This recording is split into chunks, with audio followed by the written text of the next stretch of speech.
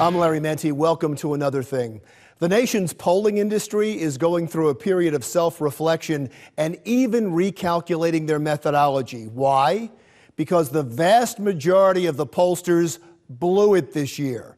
Not just with the presidential election, but senator elections and gubernatorial elections. How did that happen? And more importantly, how do they fix it? That's our lead topic today. Let's start with an inside look at how presidential polls are conducted. The people at the Rutgers Eagleton poll walked Ellen Kolodziej through it. Ellen. Thank you, Larry. Well, that's the burning question that millions of Americans want answered. How did so many pollsters get this election so wrong? Well, we came to Rutgers University, where they have a polling center, to see how they gather the data and what they think happened. Donald Trump, elected President of the United States. It is my high honor and distinct privilege to introduce to you the President-elect of the United States of America, Donald Trump. When Donald Trump scored a huge electoral college victory, not many people saw it coming. Analysts pointed at pollsters, asking how they conducted their surveys and how it turned out so differently than they predicted. Over 90% were wrong, and they managed to miss almost entirely this tremendous turnout in rural America. But experts here at the Rutgers Eagleton poll say this isn't a new phenomenon. I don't think it was unprecedented. I think we've seen this before, especially recently. We saw this with Brexit. We've seen this in past elections, globally. So I think this is something that we've been grappling with as an industry for quite a while. Ashley Koning is the director at the Eagleton Center for Public Interest Polling. She says student workers are given a script and specific instructions when someone answers the phone. But all pollsters are running into problems they never really had before, including voters not admitting they'd vote for certain candidates and an astonishingly low response rate of just 9% for home and cell phones. You randomly generate telephone numbers, and particularly if you're looking in certain areas, you know what the area codes are, and then you randomly generate the rest of the telephone number and basically cold call participants and see if they'll be willing to respond. Because so few are willing to answer questions, Koning says hundreds of responses statistically represent millions of voters, even millennials who now almost exclusively use cell phones. And the random sample allows us to say that every person in our sample, every person in the population under study, had an equal and known chance of being selected for that study. So even if you don't get called, but I do, that means that other people will be representing you who have like opinions and similar demographics to you. So 4 years from now, when the presidential election rolls around again, fewer people will have landlines, and a lot of people may not even answer the polling questions. For now, though, a lot of us are left scratching our heads about how this election turned out. Reporting for Another Thing, I'm Ellen Kolodziej. All right, thank you, Ellen. To continue our conversation on public opinion polling is Joe Lenski, who is the Executive Vice President of Edison Research. And I will tell you this, that in the state of New Jersey, maybe nationally, but I know in the state of New Jersey, you are seen as sort of the Obi-Wan Kenobi of pollsters. You get a lot of praise. Well, so thank you for being here Our today. company does one thing, and that's the exit polls on Election Day. So that is a very high-profile election survey, and that's why we get a lot of attention in presidential years. The exit polls very early on seemed to indicate that Hillary Clinton was going to win. As a matter of fact, many of the networks were leaning that way. That's not what happened. Well, it was a complicated election, and it's still being analyzed. The exit poll that we had Hillary winning the popular vote by about 3%, and she's going to end up winning the national popular vote by 2%.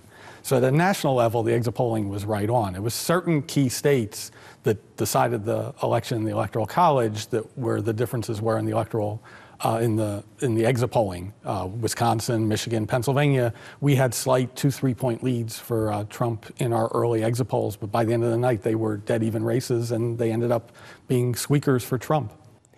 Do you exit poll every state? You don't exit poll like Wyoming, right? We have enough precincts in every state to include in the national survey. So we have interviews in all 50 states included in our national survey, but we do larger samples in 28 states. So the key battleground states, the large states with Senate races, we have bigger samples so we can break out the vote in those states. As you've had a chance to look back and take in all this data, what are some of the startling facts that jump out to you that decided this election? Well, the group that decided this election were the fairly large group, 18% of voters that disliked both Hillary Clinton and Donald Trump. That is by far the largest number of people that dislike both nominees since exit polling. And yet they voted. And they voted, and in the end, they took the plunge with Donald Trump, even though a large majority of that group did not think he was qualified, did not think he was honest, did not think he had the right temperament to be president. When they had to choose, they rather choose for change than all the other experience issues that Hillary Clinton. And that came out in the polls? They were voting for change? Yes. And by what percentage was that? Well, 39% of voters said change was the most important issue, and by more than 2 to 1, they broke for Donald Trump. I mean, of the people that didn't like, did they go overwhelmingly, didn't like either, they went overwhelmingly for Trump? Yes, he won by more than double digits among that group. He got 47% of the people that disliked both candidates. Hillary Clinton only got 30%, and then the rest went to the third-party candidate. Okay, enough about the exit polls for a second. Okay. Let's talk about the polling industry as a whole. They're taking it on the chin for this election. And I just read an article about self-reflection of the industry. Do changes have to be made based on this election? Well, we need to measure how much we got it wrong and where we got it wrong. In the national polls, as I said, most of the national polls, the late national polls, had Hillary Clinton's lead between 1 and 4 points, and she's going to end up winning by 2 points. So at a national level, the numbers were about right. It was the key states where it looks like, according to the exit polls, there was late movement in states like Wisconsin, Michigan, and Pennsylvania. If you look at the people that decided in the last week, they broke overwhelmingly for Trump, and they might not have been picked up in the polling. The other thing polling needs to do is see if we are doing the right methods to contact non-college educated voters. There seems to be a bias in that more higher educated voters are more likely to participate both in telephone polls and in the exit polls, and we need to address that. Something interesting was happening, for instance, in Pennsylvania, which turned out to be a key state. As a matter of fact, it was the state that put Donald Trump over the top. There was a poll out, there was a few polls out, Franklin and Marshall, there was a Muhlenberg poll that was out that showed almost a double-digit lead for Hillary Clinton. And yet, both candidates were there almost every day campaigning somewhere in the state. And you look at that and you go, wow, there's something else going on here. The polls aren't reflecting, I guess, you tell me, what their internal polls are saying. What you see in these states like Michigan, Pennsylvania, and Wisconsin is almost 2 states. The Philadelphia and the suburbs, with many more college-educated voters, broke much more to Clinton than even they voted for Obama 4 years ago. But the rest of the state, with more non-college educated white voters, broke overwhelmingly for Trump. There were counties that had not voted Republican before that were voting 20, 30, 40-point margins for Trump this time. And I think that wasn't picked up in a lot of the model. But to the point, the internal polls, are they oftentimes different than the polls we get to see? Most of the public polls are done random digit dialing. So that's random samples of all adults out there, and then we filter down to registered voters and likely voters. Most of the partisan polling and the candidate polling and some of the public polling now is doing it off of voter registration lists. And there you have a lot of history in terms of who participated in past elections, how often they vote, and they use that to model turnout.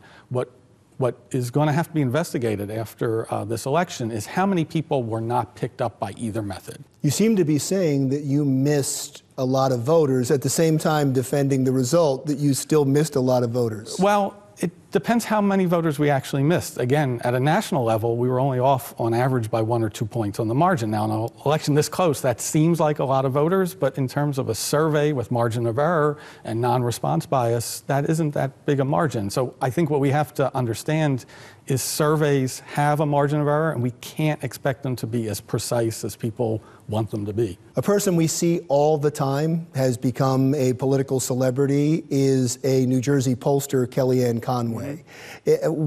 What is her standing in the industry? Did she help the campaign that much in her polling? I don't actually know how much polling she actually did for Trump, but she did a lot of messaging. I mean, she was on TV all the time. She was obviously very strong behind the scenes in trying to keep Donald Trump's Twitter messages under control, and you could see when she was being successful and when she wasn't. I only ask you because she runs a company called the Polling Company, and so I just assumed that she was doing their polling too. Do you know her? I've met her on occasion. She is a partisan pollster, and she works for Republican candidates and Republican interest groups, but she also, as part of her company, does messaging as well. So I think, I don't know internally how much of what she contributed was polling and how much it was actually crafting the message. You know what I was getting at. I was wondering if her internal polls were better. From what I can tell, even the Trump campaign was surprised that they won Michigan, Wisconsin, and Pennsylvania. Oh, that's fascinating. Thank you, sir. I really appreciate meeting you. Joe Lenski is the Executive VP at Edison Research. Another Thing continues right after this.